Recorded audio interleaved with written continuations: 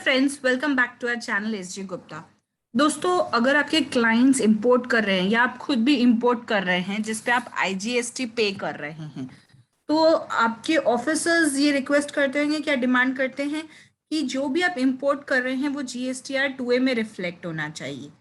But क्योंकि ice gate का portal अभी तक इतना ज़्यादा कनेक्टेड नहीं हुआ है जीएसटी पोर्टल से, काफ़ी सारे bill of entries ICEGATE पे के जो हैं, यानी कि जो आपने एक्चुअल इंपोर्ट किए हैं, आपके जीएसटीआर 2A में नहीं रिफ्लेक्ट हो रहे हैं।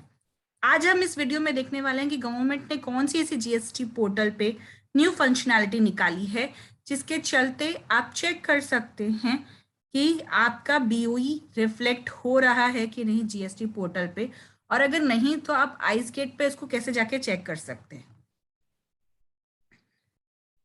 ये उन्होंने एक न्यूज़ अपडेट दिया है 17 सितंबर को। इसमें लिखा है to help importers and recipient from supplies from SEZ. आप जो एसईजेड से माल खरीदते हैं उसे भी इम्पोर्ट गिना जाता है अंडर द जीएसटी लॉ। तो जो आउट ऑफ इंडिया से आ रहा है वो एक इम्पोर्ट, और जो एसईजेड से आ रहा है इन अ नॉन एसईजेड जोन उसे भी इम्पोर्ट कहते हैं, जहां बिल ऑफ एंट्री लगती है।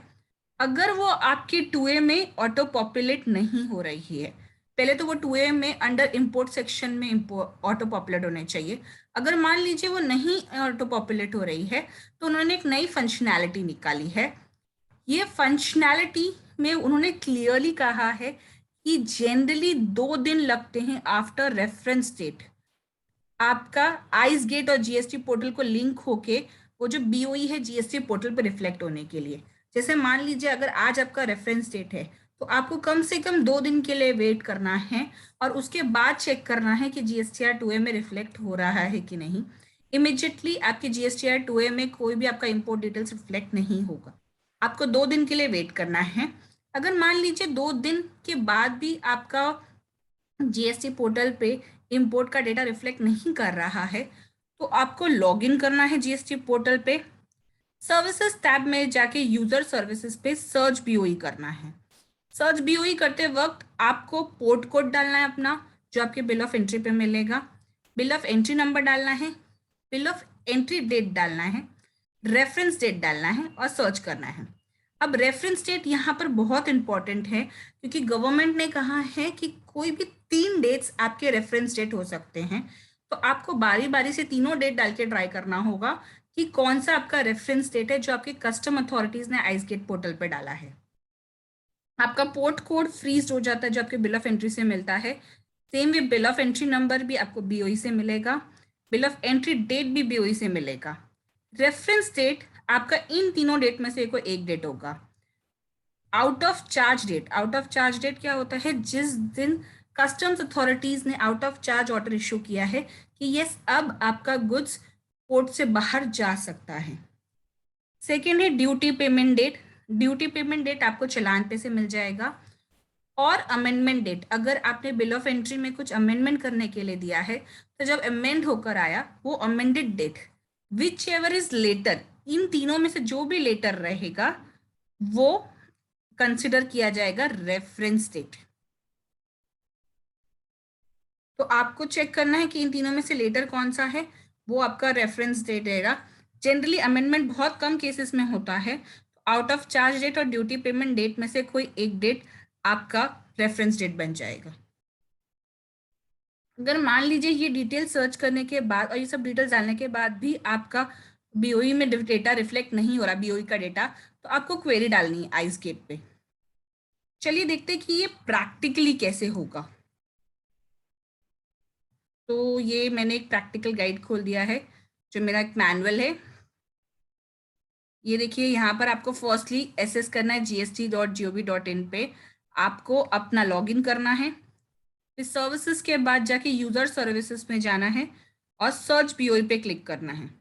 आप जैसे सर्च बीओई करेंगे आपके सामने ये एक पेज आ जाएगा जिसमें आपको, जैसे मैंने बताया था, पोर्ट कोड डालना है, बिल ऑफ एंट्री नंबर डालना है, बिल ऑफ एंट्री डेट डालना है और reference date.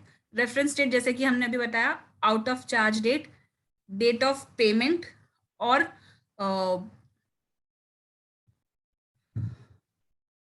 Amendment date, whichever is later, इन तीनों में से जो भी लेटर रहेगा वो आएगा। तो आपको देखना है कौन सा लेटर है और वो यहाँ डालना है और सर्च बटन पे क्लिक करना है। यहाँ पर उन्होंने वापस से वही लिखा है कि data is normally receive from the ICEGATE to GST system within 2 days from the reference date. ध्यान दिया जाए, रेफरेंस डेट के 2 दिन बाद आता है, तो आप please bill of entry rate से नहीं कंसिडर किया जाएगा। रेफरेंस डेट तक का वेट कीजिए और उसके बाद 2 दिन का वेट कीजिए। You are requested to use this facility only in case data is not available after such period. Port code, bill of entry date and reference date डालने के बाद आपको सर्च पे क्लिक करना है।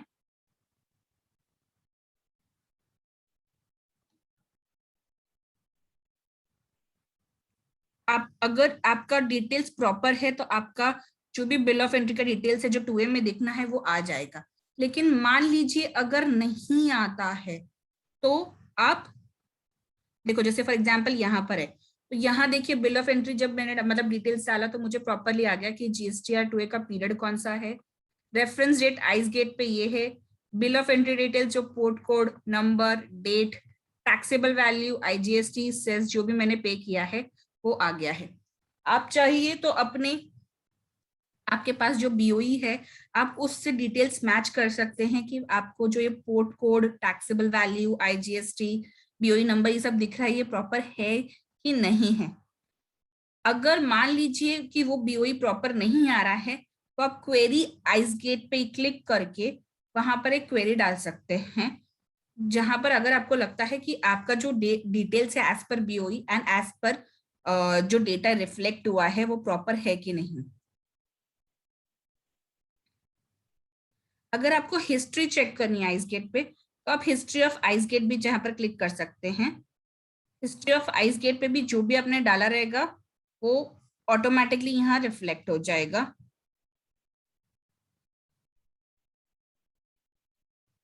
ये देखिए history of along with status of query are display.